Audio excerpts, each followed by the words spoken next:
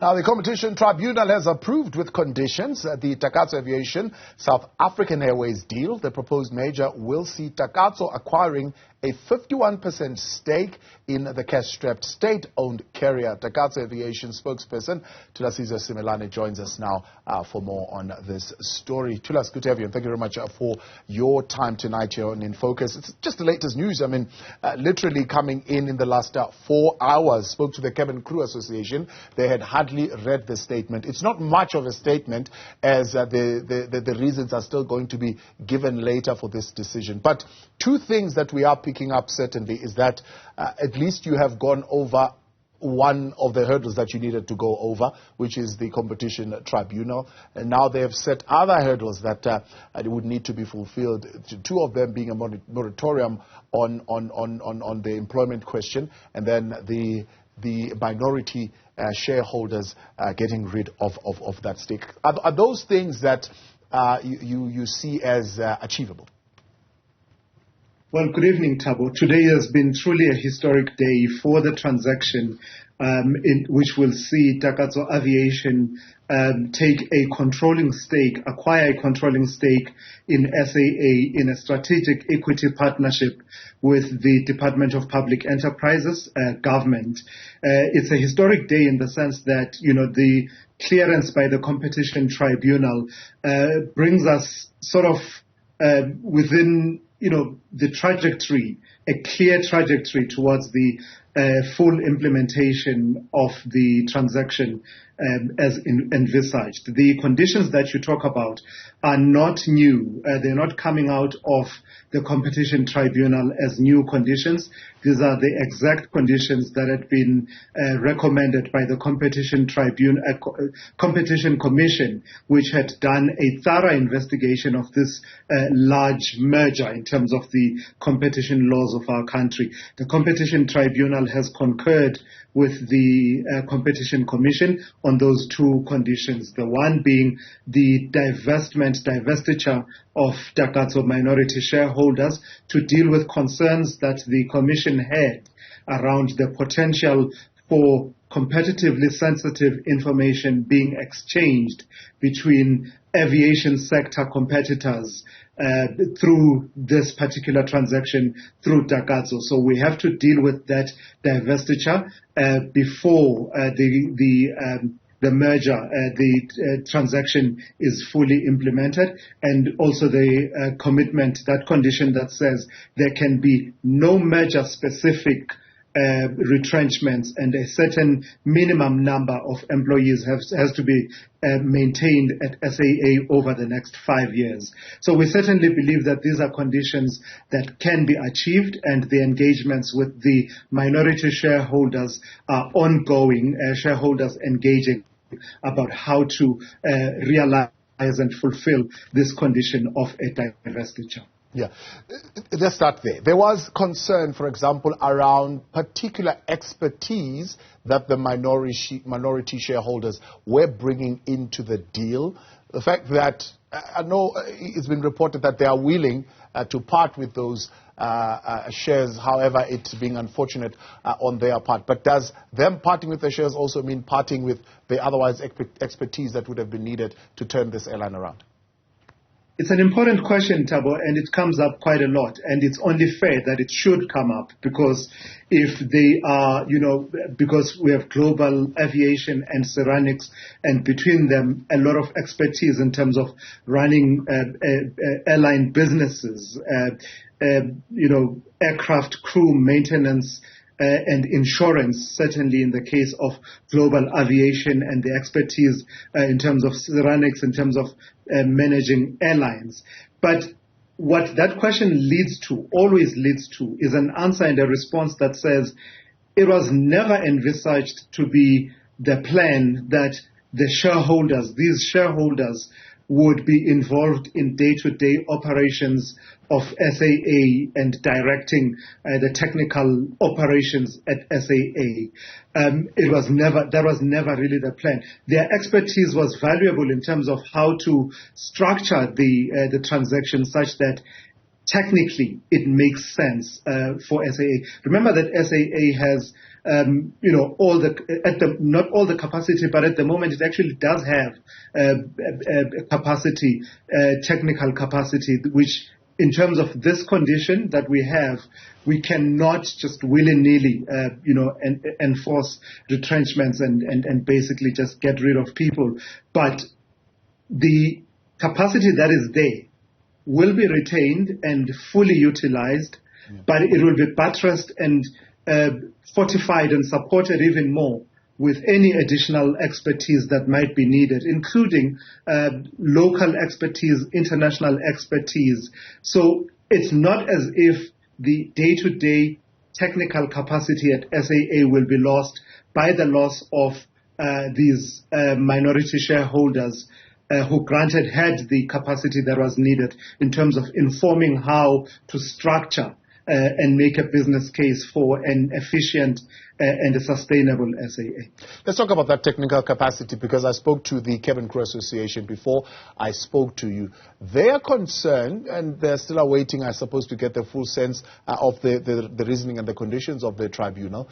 But their big issue in their submissions was that there is a retention of a particular staff complement, a particular capacity at SAA, but there was also an agreement that they got into with South African Airways of the training layoff scheme, which would have seen another 1,000 being kept in that particular scheme. There's no word at this particular point as to whether they are also going to be retained, and that's what they would be, in their words, fighting for. And by fighting, they're saying they will be engaging the airline certainly around that. Is Takatso open to that kind of arrangement? So, Thabo, that's an important question as well. I mean, it did come up. The South African Cabin Crew Association were represented. In fact, they were present at the hearing on the 20th of June before the Competition Tribunal, and they did raise that issue at the tribunal, and it was traversed at length at the tribunal. I'm not privy to what then transpired within the tribunal in terms of weighing up all the facts and everything that was before them, but that is certainly an issue that was fully traversed. What I can say is that the order of the Competition Tribunal entails dealing with the issue of what the tribunal calls affected employees. These are the employees that had been affected by the retrenchments during the period of difficulty at SAA, including the whole period around business rescue. There's certainly a condition there that's linked to the condition of the maintenance of a minimum number of staff at SAA over 5 years. I'm not quoting it verbatim, but it talks to those affected employees affected by the retrenchments being prioritized based on their suitability for positions that will come up from time to time over the 24 months, the first 24 months of the implementation of the transaction. That particular condition is there in the Competition Tribunal order. But in terms of the training layoff scheme and the number of 1,000 that you mentioned, all I can say is that that issue did come up at the hearing. It was traversed at length, and I think the tribunal was satisfied that issue has been dealt with adequately. Speaking about the 24-month period when this particular deal kicks in, because one, of course, of the conditions is that this particular deal is not a condition, but it says that the terms of the Takatso deal, the consortium would only obtain the 51% stake provided the airline has injected the capital of 3 billion over 2 years. And it's this question that keeps coming over and over again. Is Takatso actually going to inject new money outside of the operations of South African Airways amounting to 3 billion into the deal? Yeah, absolutely. And you're absolutely right. It keeps coming up. And we are always happy to answer that question. Takatso Aviation will inject 3 billion rand capital injection into SAA. That is a condition precedent, Thabo.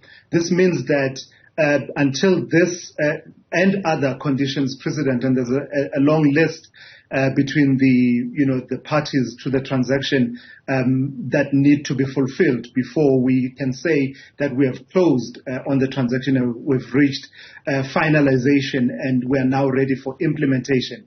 The 3 billion rand capital equity injection is a requirement in that sense, in that it is a condition precedent. So, there's no world in which we can reach close of this transaction without having fulfilled that particular commitment. And as we've said a number of times, that as Takatso Aviation, we have no apprehension about not being able to make that equity injection into SAA. And while we're talking about this, then Thabo, it is always important to then separate it and say this is separate. This is over and above the 3 billion rand preference share that government will acquire as the shareholder in SAA in this strategic equity partner. So there are two amounts of 3 billion rand. The one has to do with consideration for the majority controlling stake that Takatso is acquiring, and that will be the consideration will be in the form of the preference share scheme that the parties have agreed to. And the second 3 billion rand, which is the one you are talking about now, is the equity injection, which we can say without fear of contradiction that Takatso will make into SAA, because the transaction simply cannot close without us fulfilling that condition. So you came in by saying it's certainly a significant milestone that you have now gone through as far as the process of securing the deal. What is the next step? What do you see as the next milestone that will be bringing you closer to finalization? The immediate next step is quite obvious, and there's no two ways about it. The ongoing engagements between shareholders will need to advance and basically advance towards the fulfillment of this condition of a divestiture. I'm not able to talk to where that stands. All I can say is that there has been engagement, and it's been in good spirit, the engagement that has been happening between the shareholders, and we will make announcements certainly in due course when we reach a particular stage where there's some outcome for us to communicate. There are a number of other commitments by all parties to the transaction that still need to be fulfilled. We're dealing with an issue of, basically we can frame it as a timeline of various commitments that each one of us need to undertake. There are others that have to do with regulatory compliance, the licensing issues, because if we are becoming now that we are becoming the controlling stakeholder, shareholder in SAA, that needs to be recorded officially through certain licensing authorities. Those are some of the conditions that need to take place. And of course, that big one that you were talking to, that we will need to make, that 3 billion rand equity injection into SAA. That's one of the ones that are on our side. Some of these conditions precedent don't reside within the domain of Takatso to be able to fulfill, but we are quite confident that our counterparty, the Department of Public Enterprises and other stakeholders are, quite committed to fulfilling this transaction and seeing it to completion. Mpemba, I appreciate your time. Thanks so much for jumping in tonight and helping us in this intervention.